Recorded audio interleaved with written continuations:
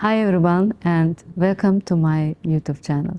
My name is Dr. Aygun Badalova. I'm neuroscientist and neuropsychologist. And today is a very special day for me because this is my very first YouTube video. I have been thinking about opening a YouTube channel for years and years, truly. But you know how life works. I had lots of stuff to do. Timing never feels perfect. There's always work, responsibilities, research, deadlines, or some life circumstances. But today, on 15th of February, I decided to stop waiting. Today is that day. I finally opened this channel because I genuinely believe that understanding the brain can change how we live, how we think, and how we behave. And I hope this space becomes something valuable, not just for me, but for all of us. What this channel is about? On this channel, we will explore the brain in a way that is practical, clear, real-life focused, and scientifically grounded. We will talk about memory, emotions, learning, focus, brain health, many brain disorders, stress. We will also talk about aging and how neuroscience applies to everyday life. Not complicated science, not overwhelming terminology, but in this channel, we will use real language, real understanding. And today, because this is the first video, I want to start with one of the most important topics of all, memory. Memory is not just remembering facts. Memory is essentially our brain's way of recording, storing, and retrieving information. It is how we remember our childhood, how we learn new skills, and how we navigate our daily lives. There are different types of memory. Short-term memory, which holds information temporarily. Long-term memory, which stores information over longer periods. And working memory, which helps us hold and manipulate information in real time. Memory is your story. That means it's how you remember your childhood, it is how you recognize someone's face, and it is how you remember your password, phone password or laptop password. It's also how you learn a new skill. It is also how you navigate the world. Imagine, without memory, we don't just lose information, we lose pieces of ourselves. In simple terms, memory has three main stages. Encoding. When your brain first takes in information, the second stage is storage, when the brain keeps that information. And the third stage is retrieval, when your brain brings it back. Imagine if any of these stages are weak, memory feels bad. That means, for example, you read a page but weren't paying attention. That means encoding failed. You studied once and never reviewed. Storage is weak. You know the answer but can't recall it during the exam. That means retrieval failed. And memory is not magic. It's a biological process, and it's a process that can be improved. Let's talk about types of memory in simple language. We don't have just one memory system, we have several. First one, let's talk about working memory. This is what you hold in your mind right now while I'm talking, like remembering a phone number, for example, long enough to dial it. Or short-term memory, second one. It's a temporary storage, seconds to minutes. That means you hold information to until 1 minute. And the third one is long-term memory, information stored for days, years, sometimes a lifetime. And a long-term memory includes facts, skills, emotional memories, personal experiences, and your brain is constantly deciding, is this important enough to keep? And here is something very powerful. Emotions strengthen memory. What does it mean? If something makes you laugh, cry, feel afraid, embarrassed, or excited, you remember it more easily. That's because your emotional brain system helps stamp that memories more strongly comparing to other types of memories. Now let's talk about why do we forget? Many people think I have a bad memory, but forgetting is normal.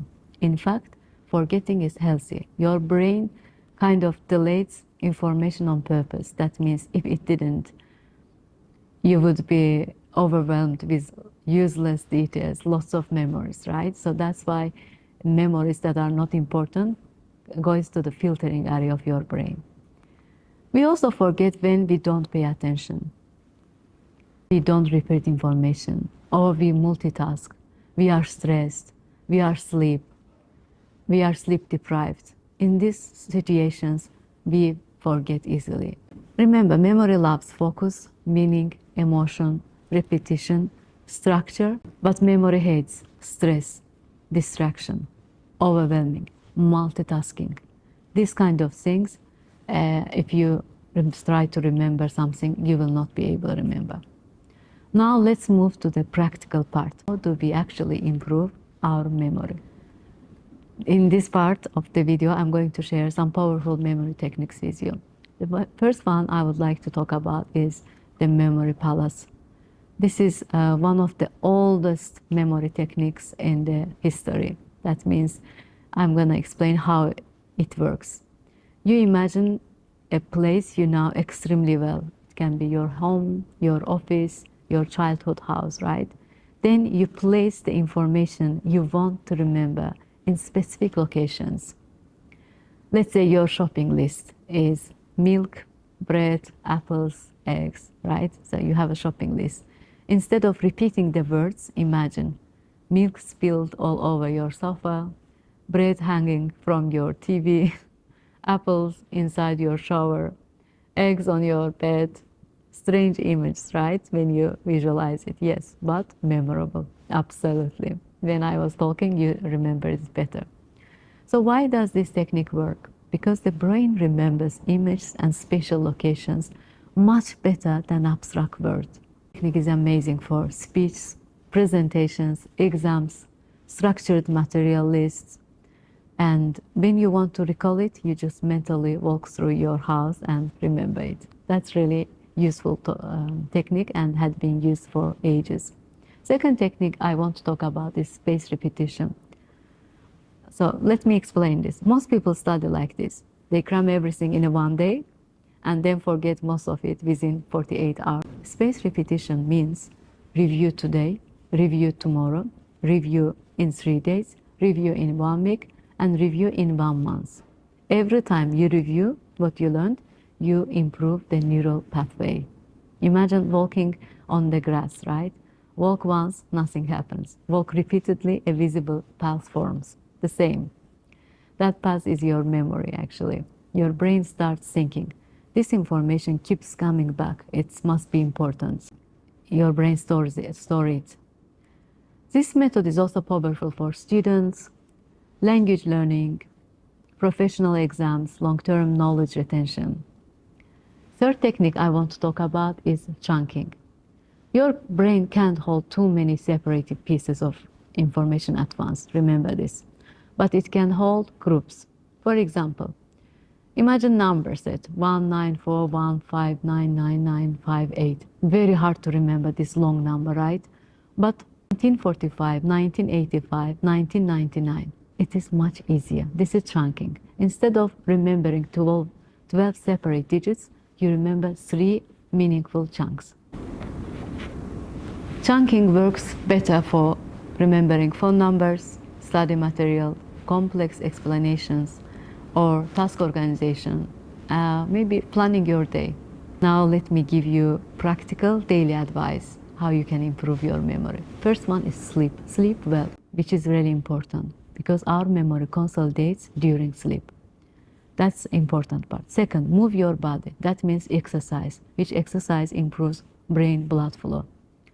Also try to reduce multitasking. Focus deeply on one thing at the one time.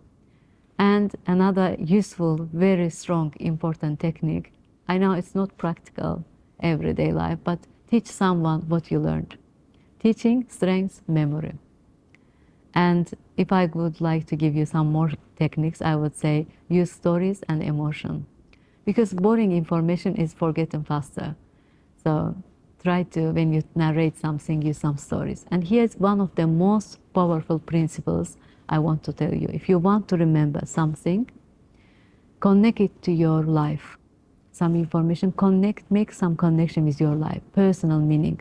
Because find a personal meaning. Personal meaning strengthens memory more than repetition alone. Now I want to highlight why memory matters so much to me, because I am a neuropsychologist and neuroscientist, and I work with individuals whose memory has been affected by aging, stress, or neurological conditions. And I have seen these people every day.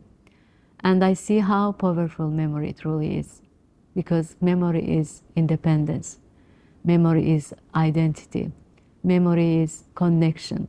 And when memory is strong, life feels stable, comfortable, understandable. But when memory struggles, life becomes harder. That's why I want this channel to be practical, not just scientific.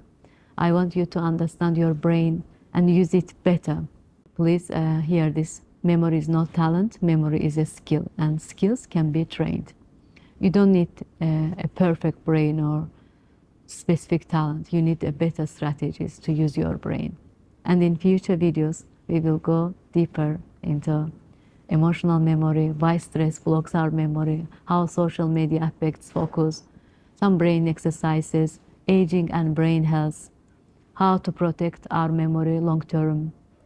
So these videos I will cover in future videos on my YouTube channel. Thank you so much for watching my very first video. I hope you liked it. If you enjoyed this video, please subscribe, like the video, and tell me in comments, what is your biggest memory struggle? I will reply your question.